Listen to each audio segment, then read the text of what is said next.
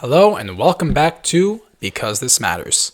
Of the many different abuses and exploitative taxes throughout history, one specific notable example stands out above all the rest. It is called the Jizya, which is the tax of non-Muslims in an Islamic state.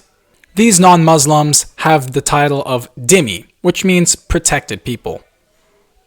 The concept of the jizya is only mentioned in the Quran once, in Surah 929, where it reads, "Fight those who believe not in Allah, nor the last day, nor hold that forbidden which hath been forbidden by Allah and His Apostle, nor acknowledge the religion of truth, even if they are of the people of the book, until they pay the jizya with willing submission and feel themselves subdued." So the dhimmis that paid this jizya were Christians, Jews, later Hindus and Zoroastrians from the recently conquered lands that the Muslims controlled. Right off the bat, you have Muslims today claiming that the jizya system is really fair because the Muslims themselves are required to pay the zakat, which is a charity tax. This obligatory charity is one of the 5 pillars of Islam. The dhimmis are also exempt from military service and still technically have the right to worship and maintain their communal laws, but they must worship privately. So Muslims will argue that this system really is fair because they have to go to war to protect the dhimmis. It wouldn't be fair for them to pay the zakat while we don't pay anything, all while the the dhimmis, are just sitting carefree at home. And while this might sound good and fair, it isn't. This was the tool that was used to start the decline of Christianity in the first Christian lands of the Levant, Egypt, and Anatolia. But even though the system really is unfair, we'll just say for the sake of the argument that theoretically it was not supposed to be, and that this really was just a fair trade-off. The practice of this jizya throughout history, though, tells another story. Taking a closer look at the jizya, it's important to note that there is no limitation to what the jizya rate could be. In fact, there's no mention in the Quran or any reliable hadith of when the jizya can be capped off at what amount it could be capped off at. In fact, it could be as high as possible, and you wouldn't be going out of the bounds of the Quran or the hadith. Even the early juristic consensus was not always in agreement on what the jizya could be. And although a tier system was eventually proposed as a solution and adopted in many areas, it still wasn't universal. So Sharia law for the jizya does not explain that there's any limitation to how high the jizya could be. Even with the tier system, there's a big problem. The jizya rate is left to the discretion of the rulers. So when they thought the rate of the jizya should go up, it did. And as you might expect, this didn't go so well throughout history. The system was doomed from the beginning to become abusive and humiliating, which is what it was intended for. It was created to humiliate, single out, and remind the dhimmis of their second-class citizenship, that they were tolerated, but not equal. Although technically Sharia law exempts women, children, the elderly, the poor, the ill, the disabled, the insane, slaves, monks, or hermits sometimes, this was mostly ignored throughout all of history. This would also say that the jizya must not be so high that the dhimmis cannot afford to make the payments. But this interpretation is pretty vague, and this interpretation would be taken advantage of a majority throughout all history of the jizya. Specifically, even when there was a demand to increase the state funds, the dhimmis and the jizya were most often targeted because of their second-class citizenship and the ability to control them much easier. It was better to tax the non-Muslims than the Muslims themselves. Even throughout history, when the jizya was lower, it was still very abusive. The zakat, on the other hand, has a fixed rate according to the hadiths, and they are 2.5% on gold, silver, cash, trade goods, 10% on rain-fed crops, or 5% on irrigated crops. So the zakat was framed as a charity and a purification for Muslims, while the jizya was framed as submission and humiliation for the dhimmis. Even if at history the numbers were equal, the experience for the dhimmis was humiliating and harsh. Let's take a look at specific examples of how the jizya was abused throughout history. In Mamluk Egypt in the 14th century, Al-Makrizi, a Muslim historian, wrote, quote, "The poll tax was exacted from them with harshness and severity, and they were humiliated when paying it. Sometimes they were slapped on the neck when they brought the money. At other times, they were made to stand in long lines in the sun. In Safavid Persia, Armenian chronicler Arakel of Tabriz wrote, quote, "The Persians impose on us not only the poll tax, but also land taxes, contrary to their own law, so that our people groaned under the double burden. Many were ruined and fled their homes." End quote. In the Ottoman Empire, during the 16th century, Rabbi Joseph Sambari of Cairo wrote, quote, "The jizya is imposed on us, and in some years the collectors increase the rate, contrary to the Sultan's orders. Those who cannot pay are beaten and imprisoned until their families ransom them." Close quote. Patricia Crone, in her book Slaves on Horses, highlights that the early Muslim empires relied heavily on the jizya.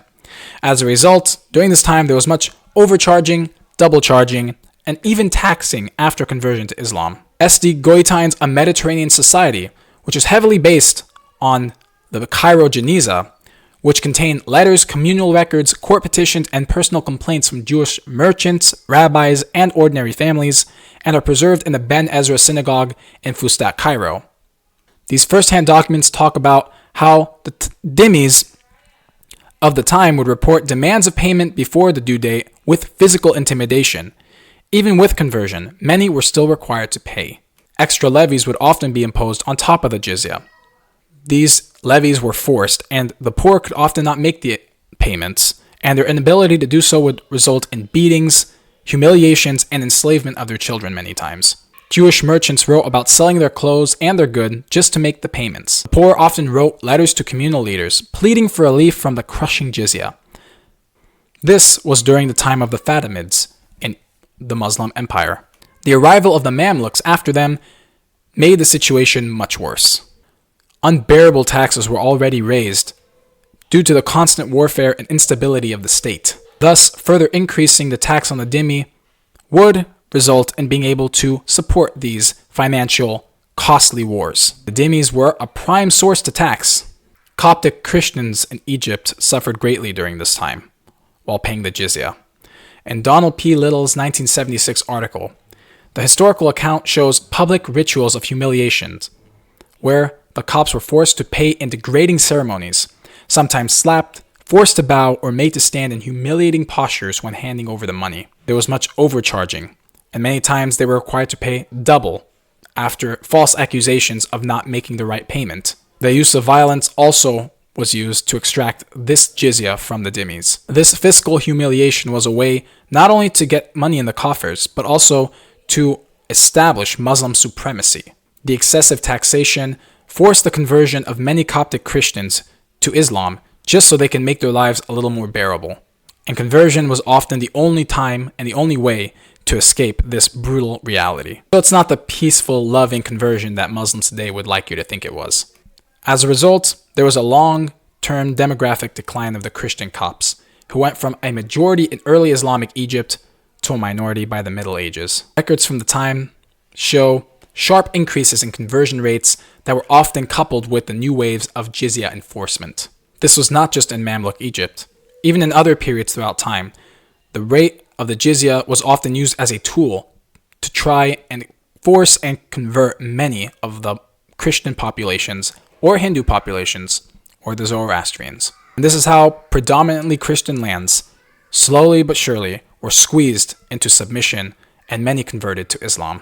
Bruce Masters' Christians and Jews in the Ottoman Arab world notes that extortion, harassment, and ignorant exemptions were very, very common. They were the norm, not the exception. Even when imperial policy was trying to make the terms a little more tolerable, practice was never so. The Delhi Sultanate in the 13th and 16th centuries, under rulers like Sultan Firoz Shah Tughlaq in the 14th century, the jizya became crippling. Hindus were heavily targeted and exploited for their taxes, deliberately humiliated, and public shows of abuse. This arbitrary tax historically shows a dark and obvious pattern. Although some might argue that taxes have been abused throughout all of history, the jizya is different. This is designed to be a targeted tax, which singles out people based on their religion. It was very commonly stacked with other taxes on top of it. Unlike other taxes, jizya had a symbolic, coercive, and humiliating dimension tied to it. It carried a social stigma that the dhimmi was explicitly marked as a second-class citizen, very unpredictable, and could often raise unexpectedly. Rulers would rather target and tax their non-Muslim population than their Muslim one. Historically, the jizya was 2 times higher than that of the zakat, and many times would even reach to 3 to 5 times higher than the zakat. Exemptions were often very much so ignored. Even in times when the jizya was less severe, the tier system resulted in a catastrophic, harsh exploitation of the poor. They'd be paying up to 4 to 16 times the amount that of the zakat, and the poor made up to around 85% of the population at the time. But the jizya wasn't the only way that the dhimmis were abused. Specifically, no new churches or synagogues were allowed to be built. During the Umayyads and Abbasids, there was a dress code. For the dhimmis, yellow patches for the Jews, blue for the Christians. In Fatimid and Mamluk Egypt, humiliating dress codes were also enforced. Many churches were destroyed and forced conversions took place under the rule of Caliph al-Hakim. Even in Safavid Persia, the dress code often resulted in Armenians wearing colored patches or distinctive hats. The purpose of this dress code? Public visibility of inferiority. In some places, dhimmis could not ride on horses or use saddles. They would have to ride on donkeys, bareback. In Sharia law, a dhimmi's testimony is not accepted against a Muslim in court. This would result in much abuse from the Muslims against the non-Muslims. Dhimmis could in no way stand up for themselves. Commonly, dhimmis were ordered to move aside for the Muslims in public spaces. Dhimmis couldn't build houses taller than their Muslim neighbors. There were recommendations from jurists to make the dhimmis stand while the Muslims sit, or dismount from their animals while the Muslims passed by. In times of unrest, such as in Cairo in 1321 or Damascus in 1348, mobs attacked Christians and Jews, with tacit approval. While not every single Muslim ruler throughout history was as harsh and brutal as the other, this was not the rule, this was the exception. Dhimmis would always live in constant fear, even during this time, that the next ruler would be much harsher. This is a repeated pattern throughout all of history, as a majority Muslim rulers were harsh and brutal with this jizya tax and against the dhimmi population. We have 1,000 plus years of Islamic rule, and this pattern is obvious. Overtaxation, humiliation, jizya was and will always be prone to abuse and humiliation. It all fell upon the ruler and how he felt like treating his second-class citizens, which was usually pretty badly. The next time you hear from someone that this is really just a small little tax, remind them of this dark history. Careful wording and deceptive analogies can give the impression of fairness, but the reality is this system was designed to be what it was throughout all of history. Dark, evil, humiliating, and coercive tool to subjugate the non-Muslims. I also recommend that you check out Raymond Ibrahim's Jizya, Pay or Perish video. He goes into details that I have not gone into, and he talks much about this oppressive system. Thank you for watching.